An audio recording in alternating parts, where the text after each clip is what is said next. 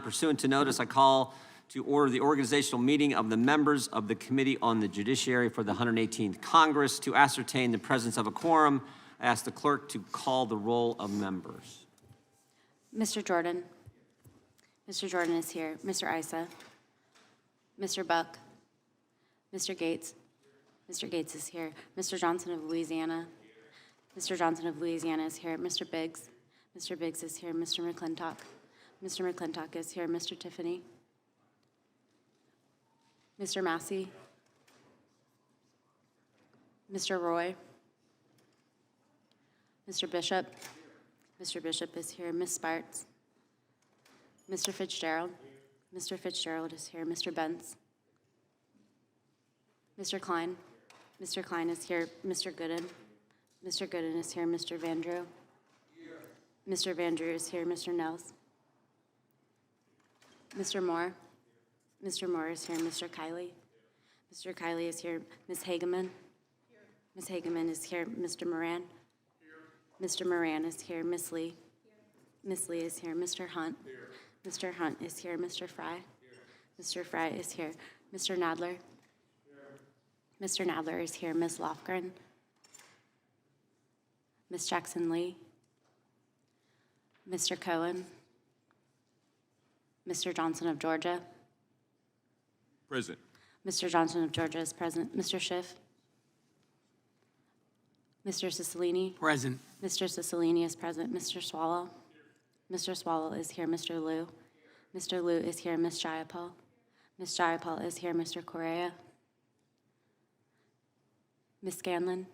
Ms. Scanlon is here. Mr. Neguse. Ms. McBath. Ms. McBath is present. Ms. Dean. Ms. Escobar. Ms. Escobar is present. Ms. Ross. Ms. Ross is present. Ms. Bush. Mr. Ivy. Mr. Ivy is here. Are there any other members present who have not been recorded? Gentleman from California, Mr. Issa. Present. Mr. Issa is present. Mr. Chairman, Yes. I just want to note that Representative Cohen is unable to attend today because he is attending the funeral of Tyree Nichols in Memphis. I thank the gentleman.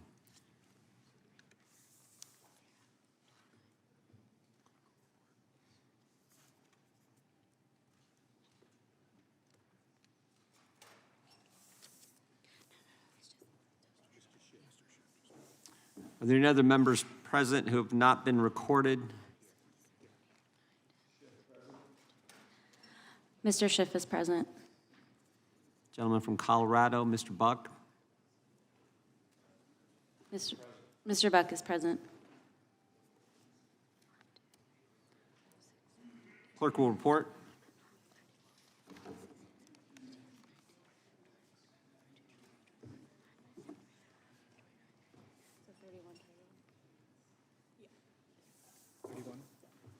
Mr. Chairman, there are 31 members present. The quorum is present. The chair now recognizes the gentleman from Florida, Mr. Gates. Thank you, Mr. Chairman. It is my pleasure and distinct honor to introduce to the committee Staff Sergeant Corey Ryan Beekman, an American hero and a constituent of mine residing in Pensacola, Florida. Staff Sergeant Beekman was born in Holland, Michigan. He enlisted in the Michigan Army National Guard while serving as a senior in high school. During his time as a sophomore at Northwood University in 2006, Staff Sergeant Beekman volunteered for deployment to Iraq in place of a fellow soldier, where he served for over 15 months. Upon redeployment, he graduated with degrees in hospitality and business administration.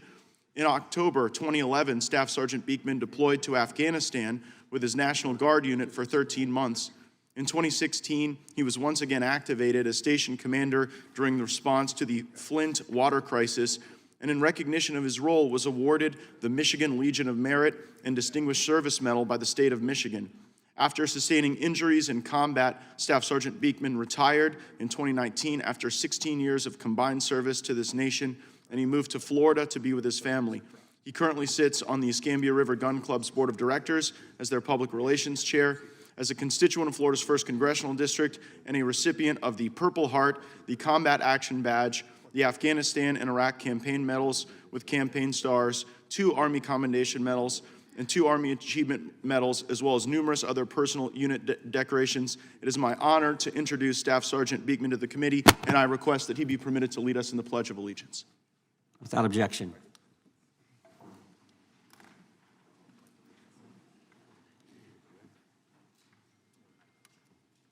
Allegiance to the flag of the United States of America and to the republic for which it stands, one nation, under God, indivisible, with liberty and justice for all. Thank you, Mr. Chairman. I yield back. Thank you, and we want to thank Mr. Beekman as well for his service to our country. The chair now recognizes the ranking member, the gentleman from New York, Mr. Nadler, for opening comments that he may have and to introduce new members from his side of the dais. Thank you, Mr. Chairman. First, I want to congratulate you on becoming chairman of this committee. It's been the great honor of my life to serve as chairman for the past 4 years, and I'm very proud of what we have accomplished as a committee. In the last Congress alone, we passed 110 bills through the House, and 53 of our bills were signed into law. Under Democratic leadership, we enshrined marriage equality in federal law. We enacted the first significant gun safety legislation in a generation. We ensured that survivors of sexual assault and sexual harassment are free to tell their stories and to seek justice in the federal courts. We reauthorized the Violence Against Women Act. We codified lynching as a crime in federal law. We addressed the spate of hate crimes against Asian Americans and others in the wake of the COVID-19 pandemic, and we enacted measures to strengthen the antitrust system. On the House floor, we advanced key civil rights legislation to restore and strengthen the Voting Rights Act, to provide comprehensive protections for LGBTQ Americans, to reform our marijuana laws, and to provide for ratification of the Equal Rights Amendment. We passed several bills to enhance public safety and reduce crime, while also passing legislation to ensure that law enforcement is held accountable. We passed several bills to strengthen our immigration system, including legislation to protect dreamers, and we worked to provide transparency and accountability in our federal courts. We also supported President Biden's efforts to restore the rule of law and rebuild the Department of Justice to protect the rights of the American people rather than the whims of the president, while continuing to exercise meaningful oversight over the executive branch. Although I recognize that the new Republican majority will have other priorities, I hope that there are opportunities to work together on a bipartisan basis, as we did last Congress on such important issues as combating human trafficking, curtailing excessive government surveillance and data collection, and addressing the crack powder cocaine sentencing disparity. I look forward to working with you and with all our members, and I'm pleased now to introduce one returning Democratic member of the committee and one new member. First is Adam Schiff, representing California's 30th District. Congressman Schiff returns to the Judiciary Committee after a several-year absence during which he ably served as chairman of the Intelligence Committee and led the House's first impeachment trial against former President Trump. A graduate of Stanford University and Harvard Law School, Congressman Schiff clerked for Judge William Matthew Byrne, Jr., and later served as a federal prosecutor in the U.S. Attorney's Office in Los Angeles. We welcome Representative Schiff back to the committee. This is also a homecoming of sorts for Congressman Glenn Ivey, representing Maryland's 4th District, who once worked for Chairman John Conyers, Jr. of this House Judiciary Committee. His other Capitol Hill experience includes serving as chief counsel to former Senate Majority Leader Tom Daschle, counsel to former Senator Paul Sarbanes, and chief majority counsel to the Senate Banking Committee. He also worked as an assistant U.S. attorney, as chair of Maryland's Public Service Commission, and was twice elected as state's attorney for Prince George's County. Congressman Ivey is a graduate of Princeton University and Harvard Law School. I want to welcome all of our new members on both sides of the aisle, and I yield back. Thank you, Mr. Nadler. We appreciate your willingness to work with our side. We look forward to working with the Democrats as well, and we welcome back to the committee gentleman from California, Mr. Schiff, and our newest member on your side, Mr. Ivey. And now recognize myself to introduce our members, new members, and we have several. We welcome back to the committee Congressman Ben Cline, who represents the 6th Congressional District of Virginia. Representative Lance Gooden. Congressman Gooden represents Texas's 5th Congressional District. Representative Jeff Drew from the great state of New Jersey. We welcome him to our committee. Representative Barry Moore. Congressman Moore represents Alabama's 2nd Congressional District. Representative Troy Nels. Congressman Nels represents Texas's 22nd District. Representative Russell Fry. Congressman Fry represents South Carolina's 7th Congressional District. Representative Harriet Hegman. Congresswoman Hegeman represents Wyoming's at-large congressional district. And Representative Wesley Hunt. Congressman Hunt is from the great state of Texas and represents the 38th District. Representative Kevin Kiley. Congressman Kiley is from California's 3rd Congressional District, and Representative Laurel Lee. Congresswoman Lee represents Florida's 15th District. Representative Nathan Moran. Congressman Rand is representative from Texas's 1st Congressional District. We welcome all our new members on the Republican side as well to the Judiciary Committee. The next order of business is the adoption of the committee rules for the 118th Congress as required by Clause 2A of House Rule 11. A copy of the proposed rules was distributed to committee members. I will briefly summarize how these rules are different from the rules of the last Congress. First, these rules make modest alterations to improve the operations of the committee, such as codifying the committee's past practice of utilizing an email address for the submission of amendments and other material for the record, harmonizing the treatment of any motions offered in hearings with longstanding committee rule regarding the treatment of motions offered in business meetings, and adding explicit time and manner requirements for the review of transcripts consistent with the length of time that hearing and meeting records remain open, so that all interested parties have consistent and equal opportunity to ensure the accuracy of transcriptions in committee documents. Second, these rules improve the ability of the committee to meet its oversight obligations by modifying the waiting period requirement to share the text of subpoenas with the ranking minority member. The proposed rules distributed to members remove this waiting period to bring our committee in line with the rules of other committees. But after conversations with the minority, we have reached an agreement on a modified procedure that will be adopted through an amendment. I thank Mr. Nadler and his staff for working with us on this bipartisan way on this issue, and I believe the amendment is a good resolution. And creating a standing subcommittee on the responsiveness and accountability to oversight. This subcommittee will ensure that the committee is able to effectively obtain information from the agencies and departments that we oversee. These changes will help to improve committee operations and to ensure that we are conducting the sort of constitutional oversight that the American people expect from us. I urge their adoption. Now recognize the ranking member, Mr. Nadler, for any remarks that he may have about the rules. Thank you, Mr. Chairman. Mr. Chairman, I predict that you and I will disagree on a great many things in the coming Congress. But I want to thank you at the outset for your willingness to work with us on an accommodation to the proposed committee rules. To be clear, I do not support many of the changes that the chairman proposes. For start, Chairman Jordan's proposed changes to the names of our subcommittees, although purely messaging vehicles, serve as a disturbing indication of this new MAGA majority's priorities. For example, the Subcommittee on the Constitution, Civil Rights, and Civil Liberties has been renamed the Subcommittee on the Constitution and Limited Government. Here, the majority appears to have said the quiet part out loud. Civil rights and civil liberties are not, for them, a priority.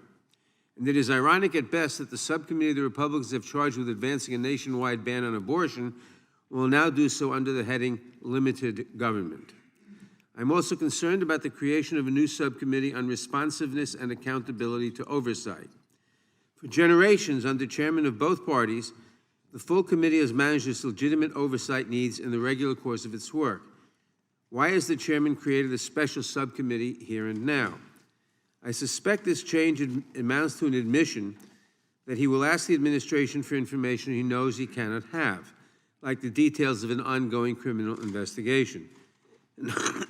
And I suspect that the chairman wants this subcommittee in place because when he finds very little evidence to support his investigations, he can fall back on shouting at the Department of Justice for the information it cannot produce.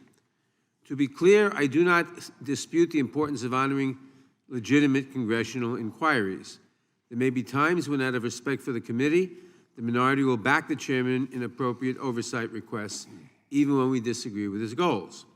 But creating a forum for the sole purpose of hauling in and yelling at mid-level congressional affairs officers, all of whom serve at the pleasure of agency heads we expect to see at the full committee anyway, seems beneath this committee and sets a dangerous precedent. The process leading to this hearing is also troubling. We first learned about this rules package by majority press release on Friday morning. The chairman offered us no notice or opportunity to discuss the proposed changes before they were made public. The majority did not inform us of the subcommittee ratios until 2 days ago. And of course, this organizing meeting had to be rescheduled because Republican leadership could not get itself organized in time for our original time. I don't know if these unforced errors are a deliberate attempt to trample on minority rights or just an extension of the dysfunction that has characterized the MAGA majority since Congress began. Either way, it is not an auspicious start for the House Judiciary Committee. That said, I do want to thank the chairman for working with us on the provision that caused us the greatest concern, the rules governing unilateral subpoenas. For a decade, under rules developed by Republican Chairman Bob Goodlatte, our committee has authorized the chairman to issue a subpoena without first seeking a vote of the committee. Democrats and Republicans have agreed since the adoption of those rules that such situations should be rare. In other words, setting aside friendly subpoenas in legitimate emergencies, our default position is to authorize subpoenas by markup. The current rules also require that at least 2 calendar days prior to issuing a unilateral subpoena, the chair must consult with the ranking member and provide a full copy of the proposed subpoena, including any proposed document schedule. In the rules as distributed to members, those safeguards would have been completely eliminated. I appreciate, however, that Chairman Jordan and I have reached an agreement to restore those provisions in large part while shortening the required consultation period to 1 calendar day. I want to thank Chairman Jordan for working with me on this issue, and I hope that it will mark the beginning of real dialogue. We really can work together when you take the time to hear us out, Mr. Chairman. I thank you, and I yield back the balance of my time. I thank the ranking member, and I agree with the ranking member's prediction. There will, in fact, be times where we don't agree as we move forward in this committee. The chair now recognizes himself for the purpose of offering an amendment. The clerk will report the amendment. Amendment to the Rules of Procedure offered by Mr. Jordan of Ohio. In Rule 4, add at the end the following. C, at least 1 calendar day before issuing any subpoena pursuant to subsection A, the chair shall consult with the ranking minority member regarding the authorization and issuance of such subpoena and shall provide a draft copy of the proposed subpoena, including a draft of any proposed document schedule at that time. D, the chair may waive the requirements of subsection C in the event of an emergency that does not reasonably allow for advance written notice, including, but not limited to, when a witness who is voluntarily before the committee refuses to answer a question. I think that, the clerk, this is the amendment that Mr. Nadeau and I just talked about, the agreement that we've reached, majority and minority have reached. I urge the adoption of the amendment. Mr. Chairman? Gentleman from New York is recognized. Mr. Chairman, I rise in support of this amendment. As I discussed in my opening statement, I appreciate your willingness to work with me on a compromise that will preserve the essence of the previous rule, which protects minority rights while providing some additional flexibility to the majority. A congressional subpoena is a powerful and coercive tool. It should be used only when attempts to reach an accommodation have reached an impasse, and it is my hope that the chairman will use this tool with restraint. I would also hope that the chairman's practice would be to present subpoenas for vote in the full subcommittee in the full committee whenever possible. Our members deserve the opportunity to go on the record on our oversight work, and the public deserves the opportunity to see us do that work in the open. In those cases where a unilateral subpoena is the preferred method, however, it's important that this involve meaningful consultation with the minority. I'm comfortable that the amendment strikes a reasonable balance, and I would urge all members to support it. With that, I yield back the balance of my time. I thank the gentleman. That is entirely our intention. Is there anyone who seeks recognition on the amendment? Seeing none, the question is on the adoption of the committee rules. Excuse me, on the adoption of the amendment. Those in favor say aye. Aye. Aye. Those opposed, nay. The ayes have it, and the amendment is adopted. Who seeks recognition? Gentleman from Florida seeks recognition to offer an amendment. Yeah, Mr. Chairman, I have an amendment at the desk.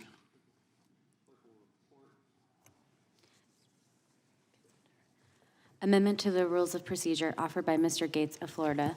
In Rule 2, following paragraph F, insert the following and redesignate subsequent paragraphs accordingly. G, at the Mr. start Chairman, of I each seek meeting. unanimous consent the amendment be considered as read. Without objection. Mr. Gates is recognized to explain his amendment. Thank you, Mr. Chairman. Here on the august Judiciary Committee, we are charged with vindicating the constitutional rights of our fellow Americans, and our Pledge of Allegiance is a national symbol of pride and unity. And it was a great honor to be able to invite one of my constituents this morning to offer the Pledge of Allegiance. And so my amendment gives the committee the opportunity to begin each of its meetings with the Pledge of Allegiance. It gives our members the ability to invite inspirational constituents to be able to share and lead in the Pledge of Allegiance. I offered this amendment to the Judiciary Rules 2 years ago, and it was defeated, and I'm very optimistic that we'll have a different outcome today. That's the amendment, Mr. Chairman. I thank the gentleman for his amendment. Support the amendment. Does anyone seek recognition? Gentleman from New York, Ranking Member Nadler. I would oppose it simply on the grounds that, as members know, we pledge allegiance every day on the floor, and I don't know why we should pledge allegiance twice in the same day to show how patriotic we are.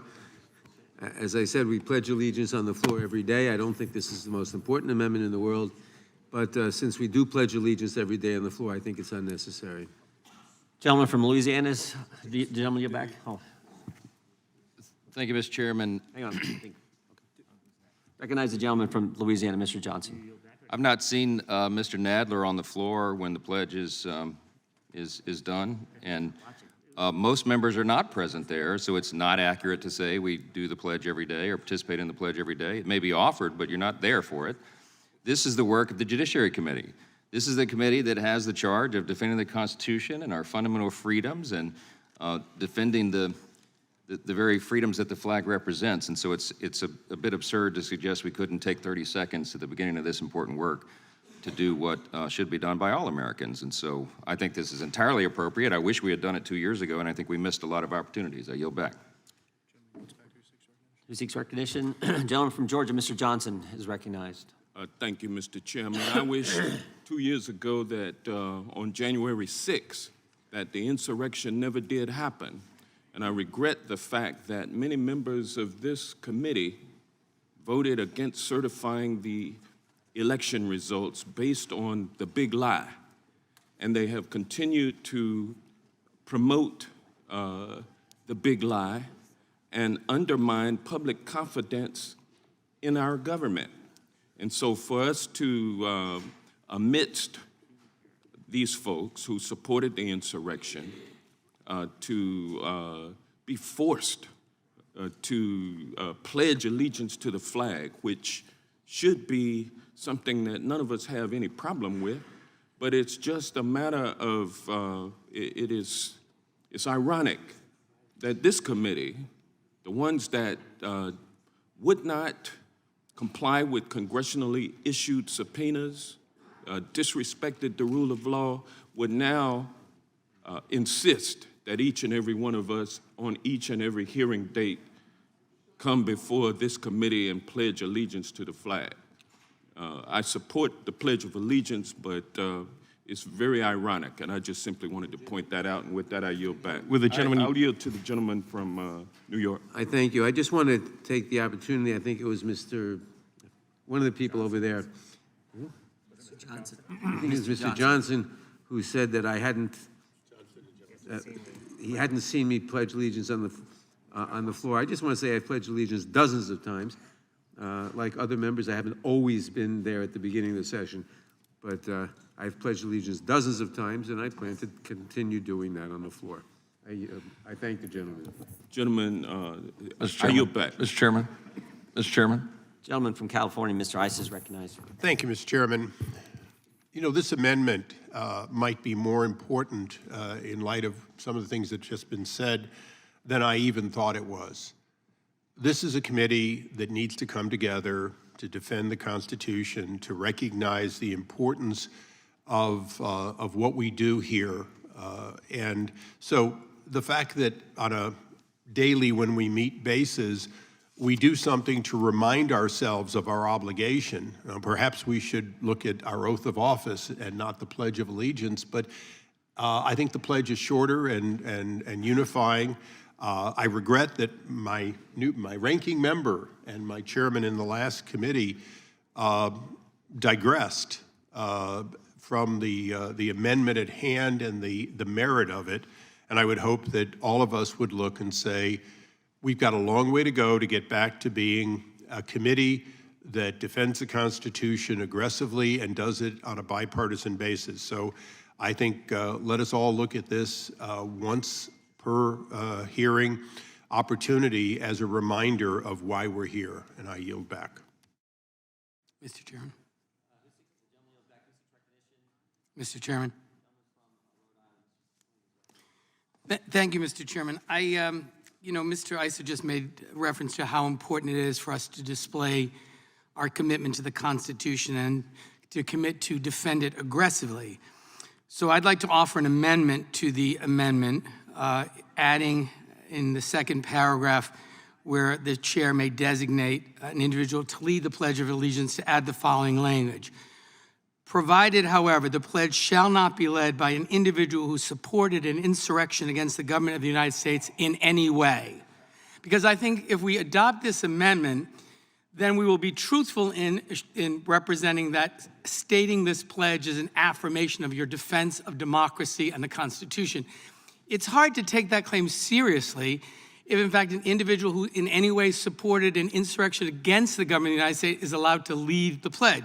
So I would ask Mr. Gates to accept this friendly amendment, and I look forward to supporting it. Would the gentleman yield for I first ask question? Mr. Gates if he'll support the amendment, to make sure that someone who led an insurrection against the United States doesn't make a mockery of the Pledge of Allegiance and stand before this committee with their hand over their heart claiming to support the Constitution. Mr. Cicilline, my concern would be if your definition of an insurrection is objecting to electors, then there would be many Democrats on the committee that wouldn't be eligible to lead the pledge, since so many That's not my definition of an the insurrection. last Republican president I'll to get sworn concede- in absent I'll Democrat allow- objectors was George Herbert Mr. Walker Bush. Reclaiming my time, Mr. Gates, I will allow the chairman to determine whether or not someone has participated in insurrection in the United States. I think this language is important. Would the gentleman further yield? I'm asking Mr. Gates, will you now accept the amendment? Well, I'm concerned that you may be disqualifying too many of your own members, Mr. Cicilline. I'm not concerned about that at all. Then agree to the amendment. Let's make this real. If you want to give someone the right to stand before the House Judiciary Committee and lead the Pledge of Allegiance at a bare minimum, let's guarantee that that person has not participated or supported or in any way helped an overthrow of the government of the United States. Would the gentleman Seems like yield? a simple proposition. Would the gentleman yield? Sure. If you would consider having your language say any convicted felon, I think we would cover not only that group that you're describing, but many more. And I think as the committee of lawmaking in the purest sense, that's really what you're talking about. No, it's actually reclaim my time. That's not what I'm talking about. I'm not talking about convicted felons. I'm talking about It's just elected. anyone that you think- Reclaiming my time, Mr. Issa. I'm talking about elected officials who swear an oath to the Constitution of the United States, who in any way participated, supported, facilitated, encouraged the insurrection against the government of the United States. That's not too hard a standard. And if you are not prepared to agree that before you have the honor of leading the Pledge of Allegiance before this committee, at a bare minimum, you've demonstrated a commitment to protecting and securing our democracy, I can't support it. So, Mr. Gates, Yeah, I Mr. know as a Cicilline, lover of the Constitution, you welcome this amendment. A dear lover of it. Mr. Cicilline, you've described the amendment in two different terms. The words have changed. Facilitate wasn't in your original description. It was in the second one. So if you'd like to write out your amendment pursuant to the order of the committee, we can all take a look at it. I have it writing right here. Gentleman yield back. All right, Mr. Chairman, I yield back. Gentleman yields back. Who seeks recognition? Gentleman from New Jersey, Mr. Van Drew. You know, I'm almost speechless. I wish we could all just, walk out into the streets of America and talk to people and ask them if they believe the Judiciary Committee should stand up, put their hand on their chest, and pledge allegiance to the flag of the United States of America, which represents all the men and women who have sacrificed, lost their lives, all the men and women who've given so much to this country, the purity of this nation, the greatness of this nation. I'm going to tell you, I don't think we should just do it in judiciary. I think in every committee, and I'm sorry, it's so much work. It takes, I don't know, let's time how long the pledge takes. Does it take 60 seconds, 90 seconds? And I know it's a real backbreaker, but I think it's okay. I think it's okay. We can do that little extra mile, stand up, put our hand on our chest, say what we believe, and reaffirm this America that we love. Come on, this can't be real. I can't believe we're having this debate. Gentleman from New Jersey, yield? Would the I gentleman yield. Welcome to the Judiciary Committee, Mr. Van Drew. I actually think this is a helpful illustration for the American people of the change that they've made in the House. And I well remember the fervid opposition by the majority then, the Democrats, to the Gates Amendment at the beginning of the 117th Congress. And we've just heard by the commentary that arises from the question of having a permission to say the pledge, the associations the minority draws when that subject comes up. It's undoubtedly an example of what they deplore when they deride a Make America Great Again majority. They use the acronym MAGA as if it's something bad, to make America great again. And when they think of the Pledge of Allegiance, what first comes to their mind? Insurrection. This is where we've gotten to be, though. As I say, welcome to the Judiciary Committee, Mr. Van Drew. You're seeing it in action already. But I'm sure that once we've gotten this amendment through and make some other progress here, we'll restore this body to what the American people expect it to be. I yield back to Mr. Van Drew. I believe we will. I believe we can all use the exercise, too, of standing up and putting our hand on our chest. I don't think it'll kill any of us.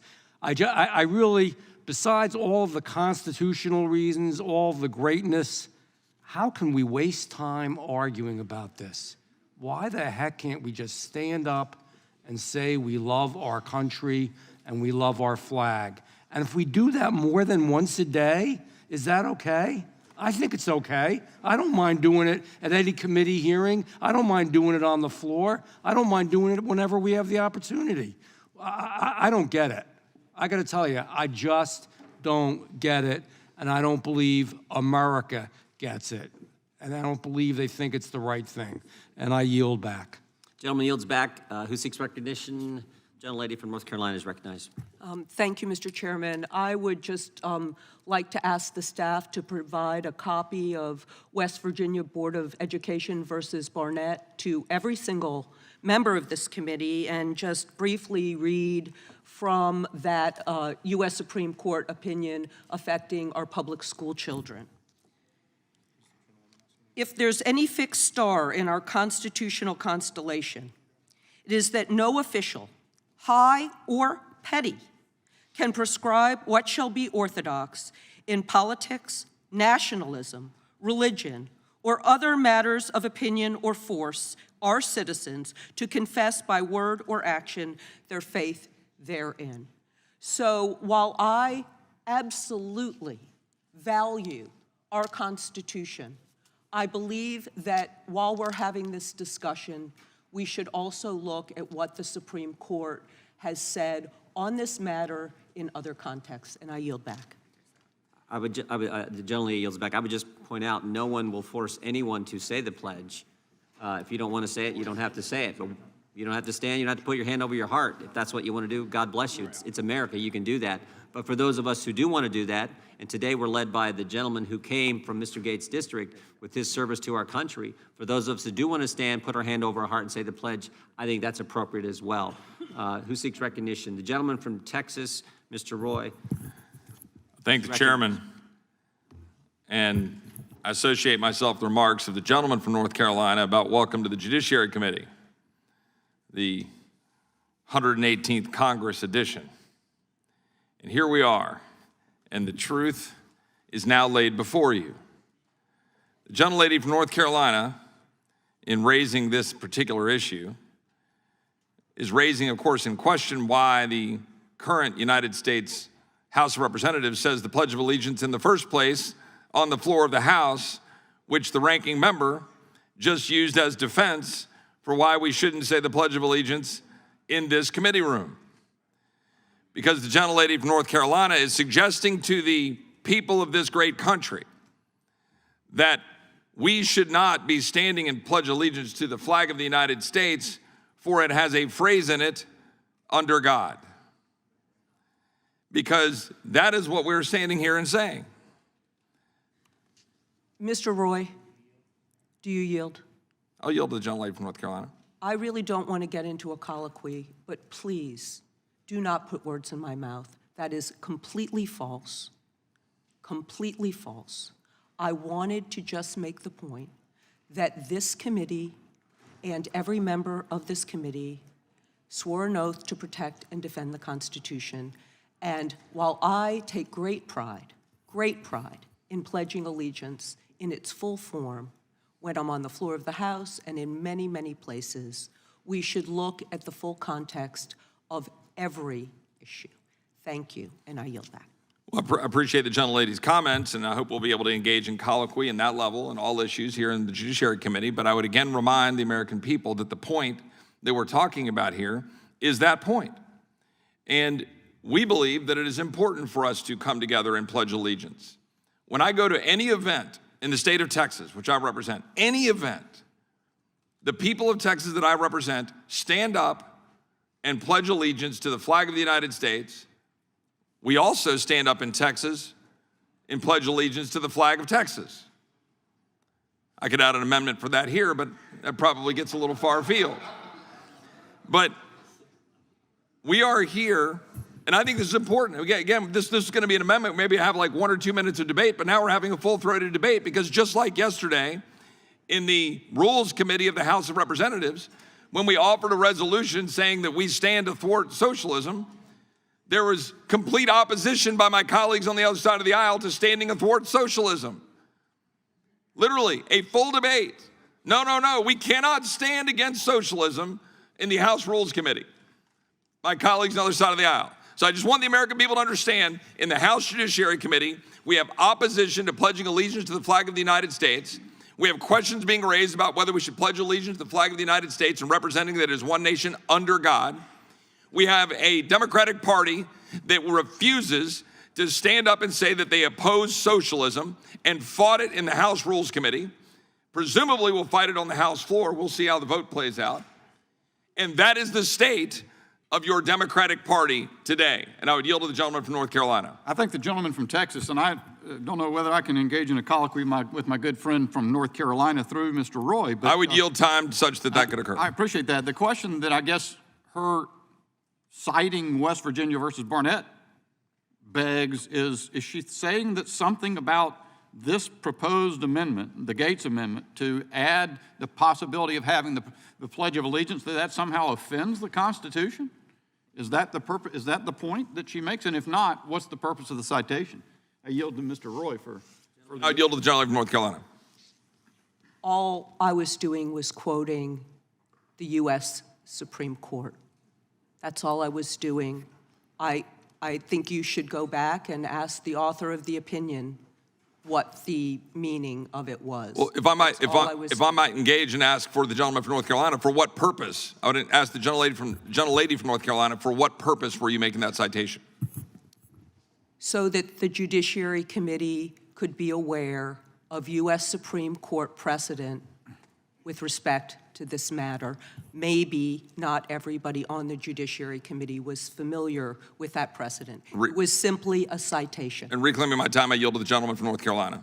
To the gentleman's point, and it eludes me, it suggests that having the protocol of a Pledge of Allegiance in the operation in the procedures of the House of Representatives is somehow compelling an orthodoxy, which that would be a fundamental change to what we've seen in the practice here, but it is illustrative of the moment that we're in, and I yield back to the gentleman. The gentleman's time has expired. Not only does it not compel orthodoxy, it says may.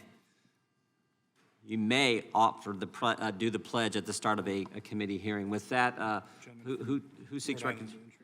Gentleman from Rhode Island who is going to introduce the amendment. Yes, Mr. Chairman, I have an amendment at the desk. Clerk will report.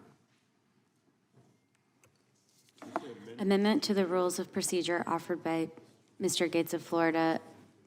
In Rule 2, following paragraph F, insert the following and redesignate subsequent paragraphs accordingly.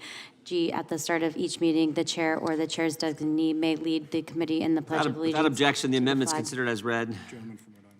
Gentleman from Rhode Island will explain his amendment. Mr. Chairman, the amendment is the language that I just read that would add, provided, however, an individual. The gentleman will suspend for just a second while we get copies to members.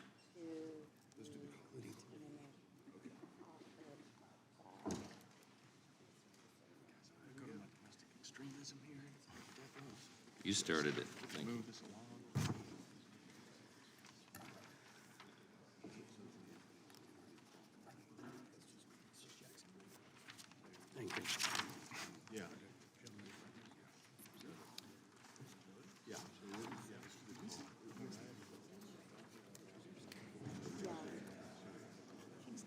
Gentleman from Rhode Island is recognized to explain his amendment to the amendment. Thank you, Mr. Chairman. This is the language which I reported just a moment ago.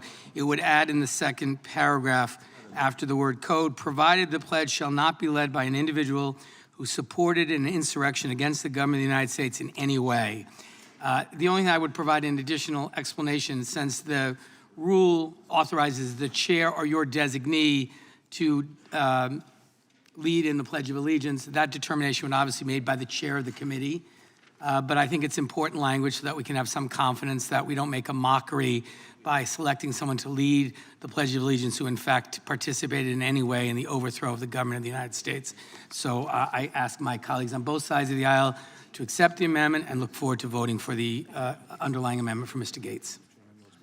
Gentleman yields back. Who seeks recognition? The gentleman from California, Mr. McClintock, is recognized. Thank you, Mr. Chairman. I just point out that insurrection is a crime, and it's adjudicated by a court of law and imposed by the verdict of a jury. Conviction of this crime makes the person ineligible to serve in the House. So by definition, no one who's committed insurrection can lead the Pledge of Allegiance in the House because they cannot serve in the House. Mr. McClintock, will you yield for... Not yet. It sounds like my friend from Rhode Island wants to be judge, jury, and executioner, which I find a curious position for the House Judiciary Committee to take. Mr. McClintock, will you yield for a question? Sure. Or a colleague? I don't think the amendment limits the leading of the Pledge of Allegiance to members of this committee. In fact, today we had someone lead us who's not a member of the committee. So I agree with you that nobody on this committee has been convicted of insurrection, but the language doesn't limit the leading of the pledge to members of the committee. So I think your concern is interesting but misplaced. I wonder who the gentleman thinks would invite someone convicted of insurrection. Well, I think we should all agree no one who has participated in insurrection should lead the Judiciary Committee in the Pledge of Allegiance. So it shouldn't be complicated to accept this amendment. Nobody who committed murder is going to be. Well, then you should vote for the amendment. Silly. And you should vote for the amendment. I yield back. Gentleman yields back. Who seeks recognition? Gentleman from Louisiana, Mr. Johnson. I'm sorry. Mr. Strike the last word. I appreciate my friend, Ms. Cicilline, and I enjoy the banter that we have on the committee, but it is unfortunate that we've begun the very first day, the adoption of the rules package by overly politicizing something that should not be politicized. And you and I both know, and whether you want to acknowledge it here or not, this is about politics. This is a completely superfluous amendment. You're making it political to try to make a point, and we get it. It is just very sad that we're wasting time on it. I don't think there's any insurrectionist who's going to show up to offer the pledge, and if they would not be recognized, and so this is completely unnecessary. But I do want to make a note just very quickly about what the gentlelady from North Carolina said. Her invocation of West Virginia v. Barnett, a case from 1943, just so you know, if you know, those who are not familiar with the case, that was what the Supreme Court said, that school children could not be compelled to recite the pledge if they had some sort of sincere belief that prohibited them from doing so. We're not school children here. We're supposed to be the vanguard. We're supposed to be the guardians of our constitutional freedoms, our civil liberties, our civil rights, the Constitution itself. And it's just patently absurd to suggest that grown-ups could not make their own decision about participating in the pledge. And if anybody's serving on this committee and is not willing to say the pledge, I would suggest they don't need to be on this committee. Find somewhere else to serve in the Congress. There are some latter precedents, though. That's 1943. 40 years later, in Marsh v. Chambers, the Supreme Court upheld the right to, pray before the opening of a legislative session. In Town of Greece in 2013, the Supreme Court reaffirmed that an invocation, a public prayer before a public meeting, such as this, a legislative body, is perfectly appropriate. We didn't amend the rules to add that, but gosh, I wish I'd have thought of it. Maybe we should begin with a prayer as well. That would really offend some of our friends on the other side. They have made the effort in the last couple of years to remove under God from the witness oath here that has been a tradition of the United States Congress for as long as anyone can remember. In fact, in our subcommittee, the subcommittee on the Constitution, the chair in the last Congress, Mr. Cohen, who's not present today, actually prohibited the swearing in of witnesses because I demanded as the ranking member that they also say, "So help me God," at the end of their oath. So it just goes to show you there's a strong contrast here between the two sides. It's unfortunate, it's sad, we wish it weren't so. But there are two different parties represented here, two completely different philosophies, two completely different worldviews, and it's on display here on the very first day and the very first moments of the Judiciary Committee in the 118th Congress. It's just a very stark. I'll yield to the gentleman from Florida. I thank the gentleman for yielding. I also oppose the Cicilline Amendment as it is infinitely regressive. If we are to list out everything that would be disqualifying for someone, we, as Mr. McClintock mentioned, would have to list murder and battery and armed robbery and all the other things that are taking place in all of the Democrat-run cities and states that have defunded police and are continuing to see violence rise. So rather than listing every offense, I think the underlying amendment is sufficient to allow the chair to be able to make a judgment about who could be designated to lead the pledge, and the amendment would be unnecessary and superfluous and regressive. I yield back to the gentleman. I thank the gentleman in the time I have remaining. That does remind me that most of the members, at least the members who served on this committee in the last Congress, were on record at some point saying they wanted to defund the police, and that seems a pretty subversive thing. And I read into the record on more than one occasion in this committee their actual statements to that point. So again, don't need to go down this trail. We're overly politicizing something. I oppose this amendment, and I think it is obvious to everybody what this is about. It's unfortunate. Yield back. Gentleman yields back. Who seeks recognition? Gentlelady from Georgia, Ms. McBath, is recognized. Thank you so much, Mr. Chairman. I just have to say I really take offense to the comments that were just made about individuals on this side of the aisle that actually have worked or tried to defund the police, or just are not in support of the United States and the flag. That is extremely offensive. And I know for a fact Democrats have spent as much time and effort as the Republicans trying to make sure that we are securing all the resources that we possibly can for our law enforcement. We support law enforcement. So I really take great offense to the comments that are made, and I hope that you will gingerly, going forward, not try to just make those kinds of broad statements about my colleagues on this side of the aisle, and I yield back. Gentlelady yields back. Who seeks recognition? Gentleman from Texas, Mr. Hunt, is recognized. Hey, Sergeant, thank you so much for your service. That gentleman right there represents the best of us all. And the fact that we're having a political conversation about this is actually wrong. The only thing that we want to do is recognize the best, those brave men and women that are willing to give their lives and a sacrifice for us to be able to convene the day in a room like this. I am one of those people. I served in combat. I'm a West Point graduate. I am the kind of person, like that gentleman sitting right there, that's willing to die for this country. For us to sit here together and offer just a little bit of homage to those that are willing to do that, I think it's not nothing we shouldn't be doing. It's actually necessary. You see, that flag represents the deaths of thousands of men and women. 14 of them actually my West Point classmates. And every day that I get up, I look at that flag and I thank God that we are here. So the fact that we get to sit here together and have this conversation based on the sacrifice of that flag and the gentleman that came here and said today should speak volumes to how we should conduct ourselves moving forward in the future. Quite frankly, you are correct, sir. We should be saying the pledge every single day, every single morning, and every single committee. Because when I was in elementary school, that's what I did. And I worked my butt off to be sitting here right now in this room, and the least we can do is to pay homage to the sacrifice of those that have come before us to say, you know what, Democrat or Republican, We are in this together. That flag is the one thing that unites us. Let's just take 30 seconds to put all of our differences aside and say, we can agree that this country is wonderful, this country has done outstanding things, and that brave men and women were willing to die for it. And that's what sets us apart from every other country in the entire world. Every generation stands up to die and fight for that flag. The least we can do is say the Pledge of Allegiance. I yield back. Thank the gentleman. The question is on the amendment to the amendment. Gentlelady from, or excuse me, Mr. Klein had been wanting to get in the queue. Oh, then the gentlelady from Indiana is recognized, Ms. Sparks.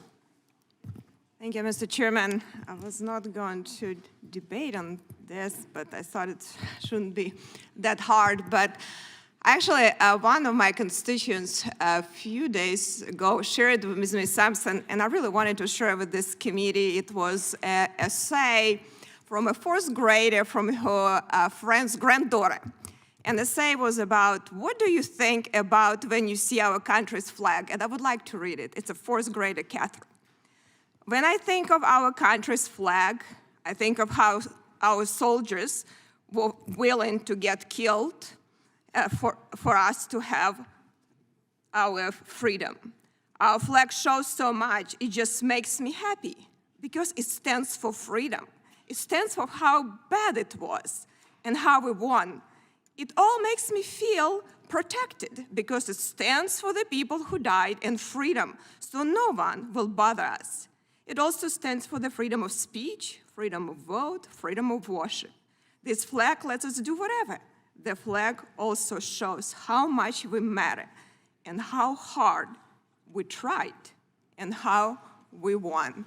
So I really hope that maybe our committee has a little bit more common sense than really, just a fourth grade. It seems to me that we should not debate. We have an issues to debate, but this is show the strength, the unity, what is our republic is about, and how many people died for our freedoms, and how many people are dying for freedoms now to be able to have what we have. This constitutional republic is the best what we have. And I hope we're going to debate real issues, but not the Pledge of Allegiance. I yield back.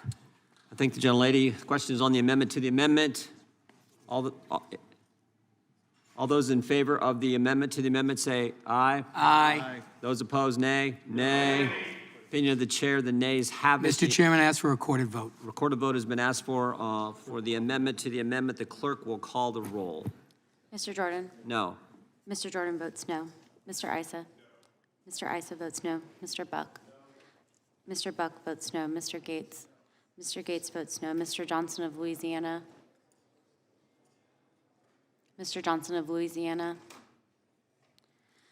Mr. Biggs? Mr. Biggs votes no. Mr. McClintock? Mr. McClintock votes no. Mr. Tiffany? Mr. Tiffany votes no. Mr. Massey? Mr. Massey votes no. Mr. Roy? Mr. Roy votes no. Mr. Bishop? Mr. Bishop votes no. Ms. Sparts? No. Ms. Sparts votes no. Mr. Fitzgerald? Mr. Fitzgerald votes no. Mr. Bentz? Mr. Bentz? Mr. Klein? No. Mr. Klein votes no. Mr. Gooden? Mr. Gooden votes no. Mr. Van Drew? Mr. Van Drew votes no. Mr. Nels? No. Mr. Nels votes no. Mr. Moore? Mr. Moore votes no. Mr. Kiley? Mr. Kiley votes no. Ms. Hageman? Ms. Hageman votes no. Mr. Moran? Mr. Moran votes no. Ms. Lee? Ms. Lee votes no. Mr. Hunt? Mr. Hunt votes no. Mr. Fry? Mr. Fry votes no. Mr. Nadler? Aye. Mr. Nadler votes aye. Ms. Lofgren? Ms. Lofgren? Ms. Jackson Lee? Ms. Jackson Lee? Mr. Cohen? Mr. Cohen? Mr. Johnson of Georgia? Aye. Mr. Johnson of Georgia votes aye. Mr. Schiff? Aye. Mr. Schiff votes aye. Mr. Cicilline? Mr. Cicilline votes aye. Mr. Swallow? Mr. Swallow votes aye. Mr. Liu? Mr. Liu votes aye. Ms. Jayapal? Ms. Jayapal votes aye. Mr. Correa? Mr. Correa. Ms. Scanlon. Ms. Scanlon votes aye. Mr. Neguse. Mr. Neguse. Ms. McBath. Aye. Ms. McBath votes aye. Ms. Dean. Aye. Ms. Dean votes aye. Ms. Escobar. Aye. Ms. Escobar votes aye. Ms. Ross. Aye. Ms. Ross votes aye. Ms. Bush. Ms. Bush. Mr. Ivy. Aye. Mr. Ivy votes aye. Mr. Johnson of Louisiana, you're not recorded. Mr. Johnson of Louisiana votes no.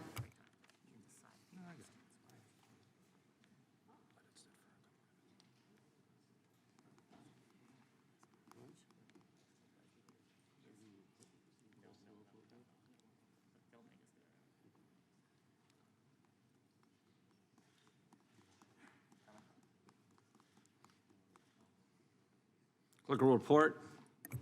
Mr. Chairman, there are 13 ayes and 24 nays.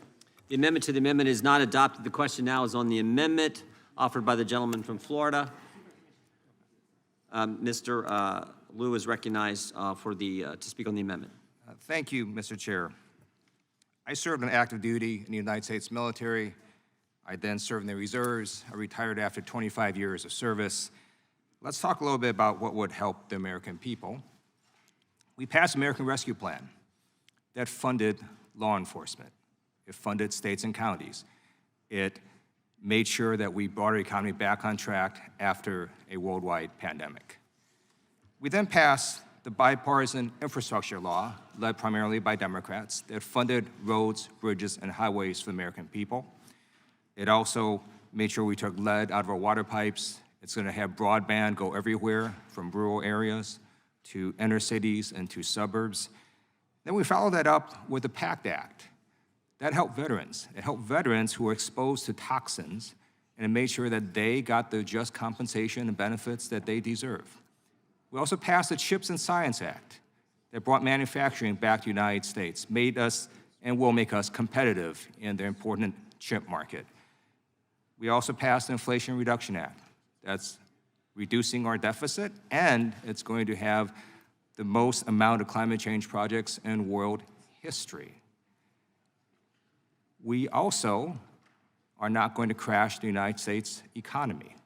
We're going to raise the debt limit, and we ask Republicans to join us.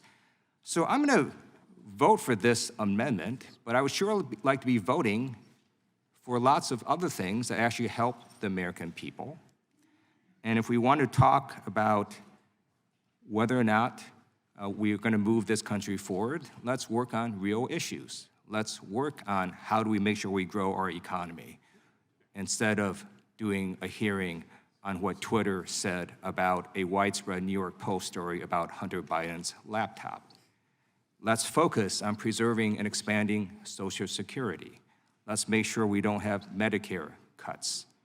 Let's make sure we actually pass substantive laws to help the American family. And if we want to talk about how we honor our country, let's make sure everyone complies with the law. And I note that the chairman of this Judiciary Committee ignored and defied a lawfully issued bipartisan congressional subpoena, and I yield back. Gentleman yields back. The question is on the amendment offered by the gentleman from Florida. Those in favor say aye. Aye. Those opposed, nay. Opinion of the chair, the ayes have it. I'd request a roll call vote. The gentleman from Florida has requested a roll call vote. Clerk will call the roll. Mr. Jordan? Yes. Mr. Jordan votes yes. Mr. Issa? Yes. Mr. Issa votes yes. Mr. Buck? Aye. Mr. Buck votes aye. Mr. Gates? Mr. Gates votes aye. Mr. Johnson of Louisiana? Mr. Johnson of Louisiana? Mr. Biggs? Mr. Biggs? Mr. McClintock? Mr. McClintock votes aye. Mr. Tiffany? Mr. Tiffany votes aye. Mr. Massey? Mr. Massey? Mr. Roy? Mr. Roy votes aye. Mr. Bishop? Mr. Bishop votes aye. Ms. Sparks? Yes. Ms. Sparks votes yes. Mr. Fitzgerald? Mr. Fitzgerald votes aye. Mr. Bentz? Mr. Bentz? Mr. Klein? Mr. Klein votes aye. Mr. Gooden? Mr. Gooden votes aye. Mr. Van Drew? Mr. Van Drew votes yes. Mr. Nels? Yes. Mr. Nels votes yes. Mr. Moore? Mr. Moore votes yes. Mr. Kiley? Mr. Kiley votes yes. Ms. Hageman? Ms. Hageman votes yes. Mr. Moran? Mr. Moran votes aye. Ms. Lee? Ms. Lee votes aye. Mr. Hunt? Mr. Hunt? Mr. Fry? Mr. Fry? Mr. Nadler? Aye. Mr. Nadler votes aye. Ms. Lofgren? Ms. Lofgren votes yes. Ms. Jackson Lee? Ms. Jackson Lee? Mr. Cohen? Mr. Cohen? Mr. Johnson of Georgia? Aye. Mr. Johnson of Georgia votes aye. Mr. Schiff? Mr. Schiff votes aye. Mr. Cicilline? Aye. Mr. Cicilline votes aye. Mr. Swallow? Aye. Mr. Swallow votes aye. Mr. Liu? Mr. Liu votes aye. Ms. Jayapal? Ms. Jayapal votes aye. Mr. Correa? Mr. Correa? Mr. Correa votes aye. Ms. Scanlon? Ms. Scanlon votes aye. Mr. Neguse? Mr. Neguse? Ms. McBath? Ms. McBath votes aye. Ms. Dean? Ms. Dean votes aye. Ms. Escobar? Aye. Ms. Escobar votes aye. Ms. Ross? Ms. Ross votes aye. Ms. Bush? Ms. Bush? Mr. Ivy? Aye. Mr. Ivy votes aye. Mr. Biggs? Mr. Biggs, you are not recorded. Mr. Biggs votes aye. Mr. Johnson? Mr. Johnson of Louisiana, you're not recorded. Mr. Johnson of Louisiana votes aye. Madam Clerk, how am I recorded? Mr. Massey, you're not recorded. Massey votes aye. Mr. Massey votes aye. And how am I recorded? Mr. Hunt, you are not recorded. Mr. Hunt votes aye. Mr. Fry, you are not recorded. Mr. Fry votes aye.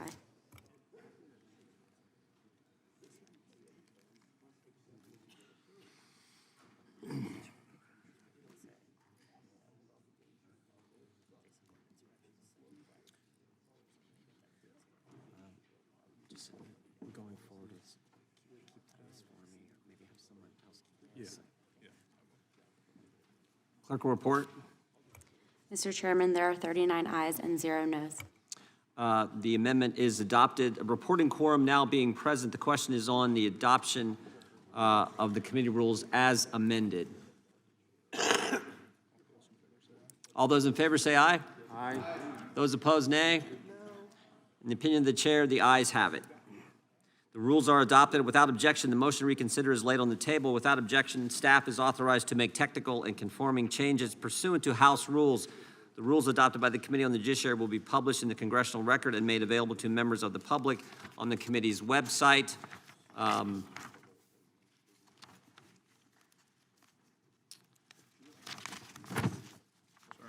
Next order of business is the ratification of the subcommittee assignments. These rosters were distributed to members of the committee and reflect the chairs and ranking members, as well as the members of each respective subcommittee. This roster was created by the Republican and Democrat sides of the committee, respectively.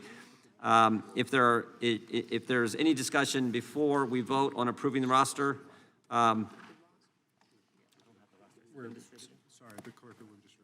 clerk will distribute the roster then.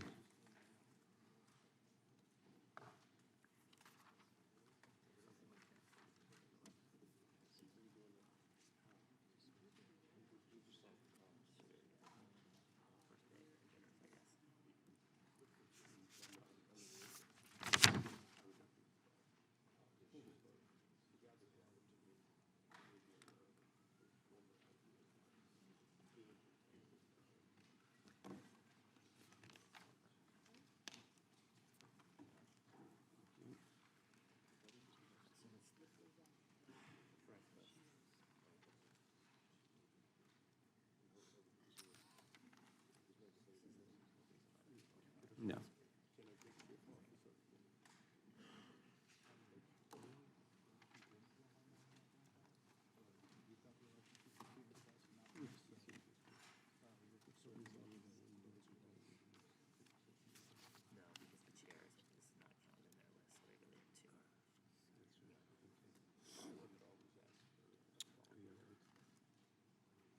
We have two questions that we have to get through yet.